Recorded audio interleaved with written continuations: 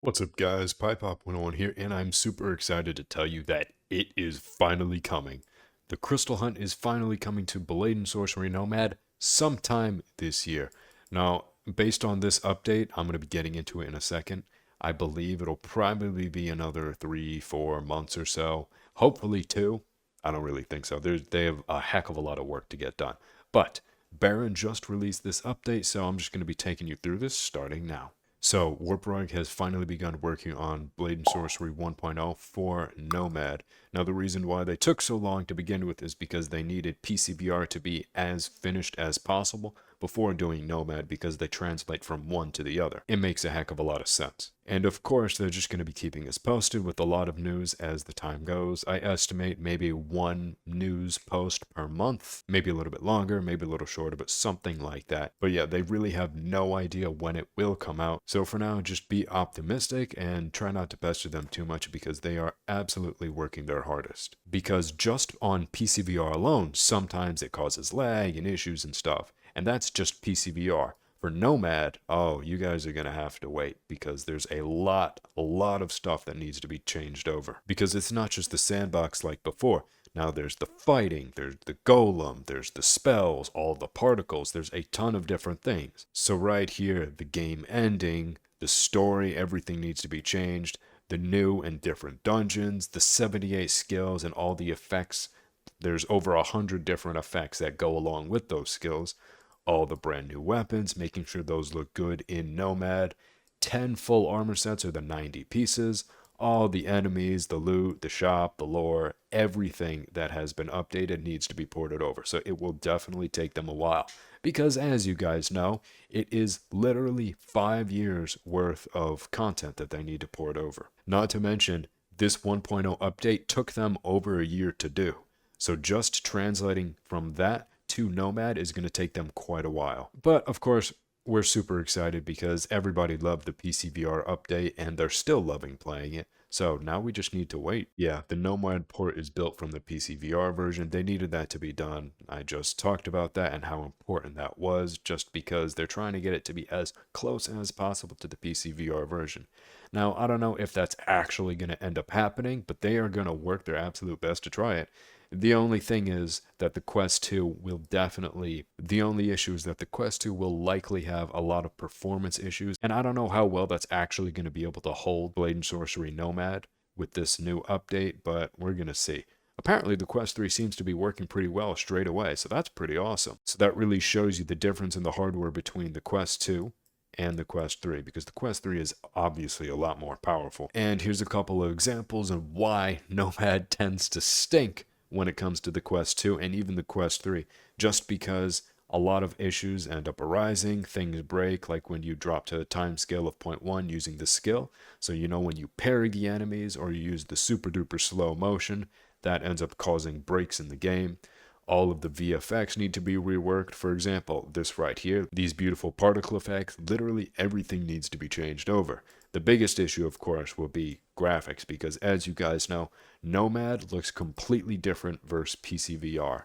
While it doesn't look terrible, it looks terrible in comparison to PCVR, that's for sure. The change in graphics and the VFX is actually not as major as we had originally thought, which for me, I really expected that to be a huge issue, because even in PCVR, using the Meteor merge with fire and fire does cause a lot of lag. But then there are a couple of other things also related to fire, interestingly enough, just like that meteor.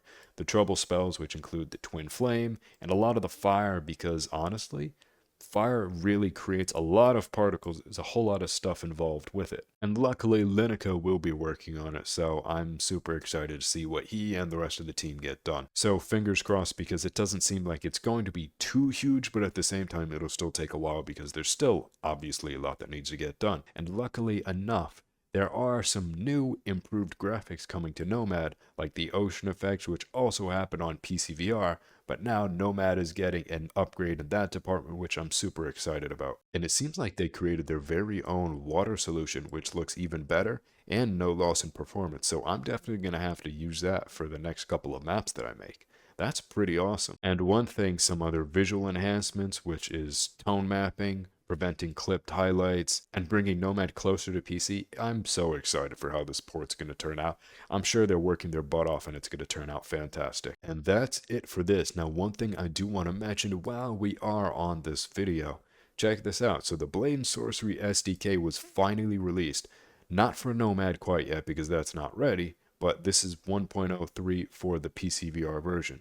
So you know the SDK where we can use this to make mods, like all the particles that we're making, the weapons, the swords, the armors, the literally everything. We can finally do that all again with this, and obviously you can tell Wooly's working on it and a couple other guys are doing this. So honestly, let's check this out. So we're seeing Wooly has updated a bunch of stuff. Okay, so we have a commit. So this was mainly done yesterday. There's a lot of stuff that they're going to be working on. Yeah, SDKs create custom contents for Blade and Sorcery.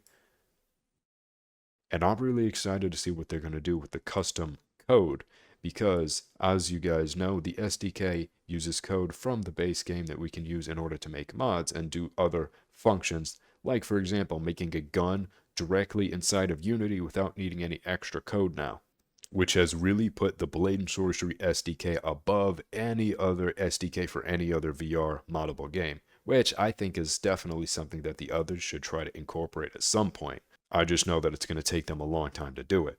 But keep in mind, this is still being worked on regularly. It is not completely done, and yeah, it'll be getting worked on for the next couple of months or so. And then one thing that I really want to mention, check this out. So we did get a new announcement letting us know that the 1.0 SDK is finally available. Obviously, Nomad still needs to use the U12 SDK regardless of whether you're on U12 or U12.3, the beta scripting version. There are, of course, many new features of this 1.0 SDK, which I'm super happy about. Obviously, they're still working on it, and they need modders and new modders to test and see what they can get done. And some of the new things which I'm super excited about, of course, adding custom armors, modder shops. I want to be able to add survival mode to maps as well. That would be awesome. Custom face animations and probably voices too, just like they did for Baron the Shopkeeper in the shop map. And it seems like they are actually creating a custom dungeon, a custom reference dungeon to be more specific, so that they can help modders learn how to create their own dungeons for Blade and Sorcery 1.0.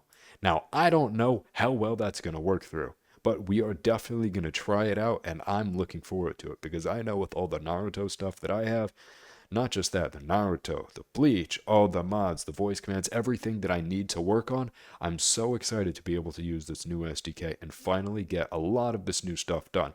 So, I believe that is it. If you guys have enjoyed this video, you enjoy the news, please leave a like, comment, and subscribe. It helps out the channel a ton. Thanks for watching.